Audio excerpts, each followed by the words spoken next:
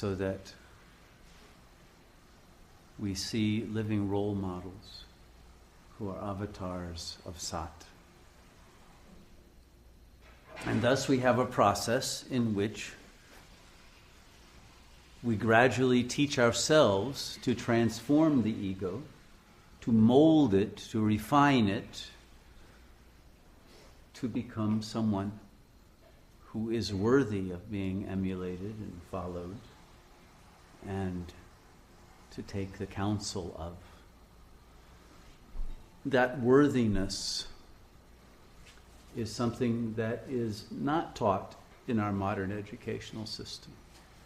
We're taught to read and write and then to grab as much as we can and make as much money, and if you have to cheat to get it, you do it. But there isn't really any nobility or virtue taught any longer in our society. In fact, quite the opposite. For the first time in history, we're living in an antisocial society. You're literally trained to be antisocial, to not care about the society, but to care only for number one. And number one is not God, it's the ego. So it's a totally egocentric society. We are creating an egoless community that totally blows the minds of everyone who has had a Western style of education and training. And it's very difficult to grasp that this is what our intention is, and this is what we're making real. But unless we do this, then we are just another power structure. And we don't want to be that.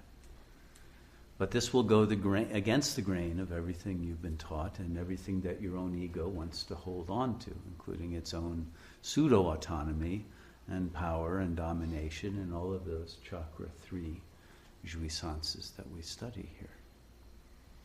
And so to become one who is in the governing councils of Sat Yoga, one must be willing to surrender the desire to dominate and to be bossy and to be egocentric and narcissistic.